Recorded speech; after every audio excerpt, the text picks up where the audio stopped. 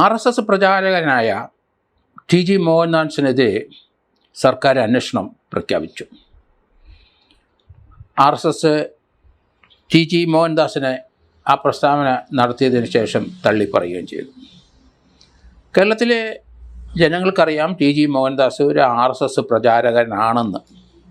പക്ഷേ RSSൻ്റെ ഭാരവാഹികൾ അദ്ദേഹത്തിൻ്റെ കഴിഞ്ഞ ദിവസത്തെ പ്രസ്താവനയോടെ ഇദ്ദേഹത്തിനെ തള്ളിപ്പറഞ്ഞു. അദ്ദേഹത്തിന് ഒരു ഭാരവാഹിത്വവും RSSലില്ല എന്നുകൂടി പറഞ്ഞു.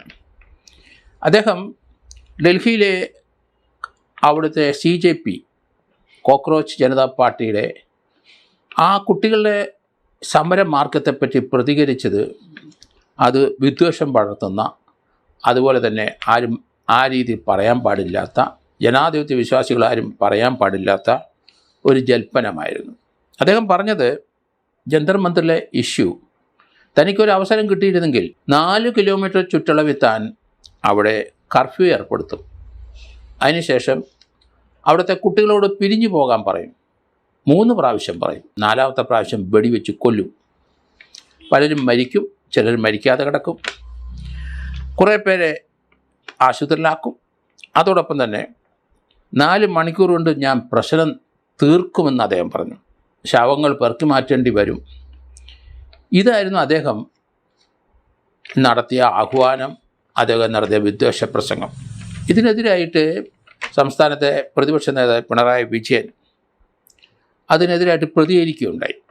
BJP MPയുടെയും തെലങ്കാനയിലുള്ള BJP MPയുടെയും TG മോഹൻദാസിൻ്റെയും സമൂഹത്തിനെതിരായിട്ടുള്ള ഈ വിദ്വേഷ പ്രസംഗത്തിന് കേസ് രജിസ്റ്റർ ചെയ്യണം, അവരെ അറസ്റ്റ് ചെയ്യണം എന്നാണ് അദ്ദേഹം പറഞ്ഞത്. ഇതിനെ സംബന്ധിക്കുന്ന ഒരു പ്രതിഷേധം നമ്മൾ കണ്ടു. AIYS സംസ്ഥാന സെക്രട്ടറി TG ജിസ്മോനും SFIയുടെ തിരുവനന്തപുരം ജില്ലാ സെക്രട്ടറി MA നന്ദനും യൂത്ത് കോൺഗ്രസ് സംസ്ഥാന ജനറൽ സെക്രട്ടറി VP ദുൽക്കിഫും എന്നിവർ നടത്തിയ പ്രസ്താവന നമ്മൾ കണ്ടു. ഈ 3 അസോസിയേഷൻ അല്ലെങ്കിൽ കുട്ടികളുടെ ആ സംഘടനകൾ TG മോഹൻദാസിൻ്റെ വീട്ടിലേക്ക് കഴിഞ്ഞ ദിവസം മാർച്ച് പാസ്റ്റ് നടത്തി. അദ്ദേഹത്തിനെതിരായിട്ട് അതിശക്തമായി പ്രതികരിച്ചു. അവിടെ പോലീസ് അദ്ദേഹത്തിൻ്റെ വീടിന് മുമ്പിൽ ബാരിക്കേഡ് സൃഷ്ടിച്ചു, അവരെ അക്രമം തടഞ്ഞു. എന്തായാലും ഇതുപോലെയുള്ള വിദ്വേഷ പ്രസംഗം നമുക്ക് പ്രോത്സാഹിപ്പിക്കാൻ കഴിയില്ല. TG മോഹൻദാസിനെ വർഷങ്ങളായിട്ട് എല്ലാവരും സോഷ്യൽ മീഡിയയിൽ കാണുന്നുണ്ട്. അദ്ദേഹത്തിൻ്റെ പല പ്രസംഗങ്ങളും പല റിമാർക്കുകളുമൊക്കെ അപ്രീഷിയേറ്റ് ചെയ്യും ഒരു പരിധി വരെ. പക്ഷേ ഈ ജൽപ്പനം, ഇതുപോലെയുള്ള ഒരു പ്രസ്താവന അദ്ദേഹത്തെ പോലെ വിവരമുണ്ടെന്ന് കരുതുന്ന കേരളത്തിലെ ജനങ്ങൾ ഒരിക്കലും പ്രതീക്ഷിച്ചില്ല. ഇത് ജനാധിപത്യത്തിനെതിരായ ഒരു ശബ്ദം തന്നെയാണ്. ഇത് വിദ്വേഷത്തിനെതിരായിട്ടൊരു ശബ്ദം തന്നെയാണ്. ഇവിടെ ജനങ്ങളെ പരസ്പരം കലഹിപ്പിക്കാനുള്ള ശബ്ദം തന്നെയാണ്. അതുകൊണ്ടാണ് സംസ്ഥാനത്തെ യൂത്ത് കോൺഗ്രസ്സുകാരും SFIക്കാരും AISYFകാരും എല്ലാവരും അദ്ദേഹത്തിൻ്റെ വീട്ടിലേക്ക് മാർച്ച് നടത്തിയത്.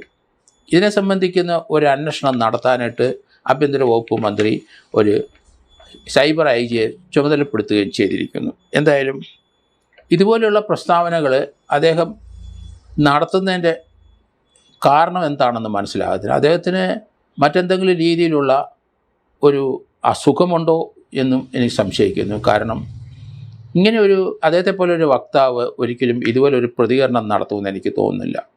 കാരണം ഡൽഹിയിൽ അദ്ദേഹം പറഞ്ഞതിൻ്റെ ഏകദേശം അടുത്ത് വരെ എത്തിയല്ലോ അവിടുത്തെ പോലീസ് ഉദ്യോഗസ്ഥന്മാരുടെ പ്രവർത്തനം. നമ്മൾ അതിൻ്റെ അടിസ്ഥാനത്തിൽ ഇദ്ദേഹത്തിൻ്റെ ഇപ്പോഴത്തെ പ്രസ്താവന ആ പോലീസ് ഉദ്യോഗസ്ഥന്മാരുടെ അവരുടെ പ്രവൃത്തി ന്യായീകരിക്കത്തക്ക രീതിയിൽ അതിലപ്പുറത്തേക്ക് ഇദ്ദേഹം സഞ്ചരിച്ചതായിട്ടാണ് കാണുന്നത്. എന്തായാലും ഈ പ്രസ്താവനയ്ക്കെതിരായിട്ട് നടപടികൾ ഉറപ്പായി.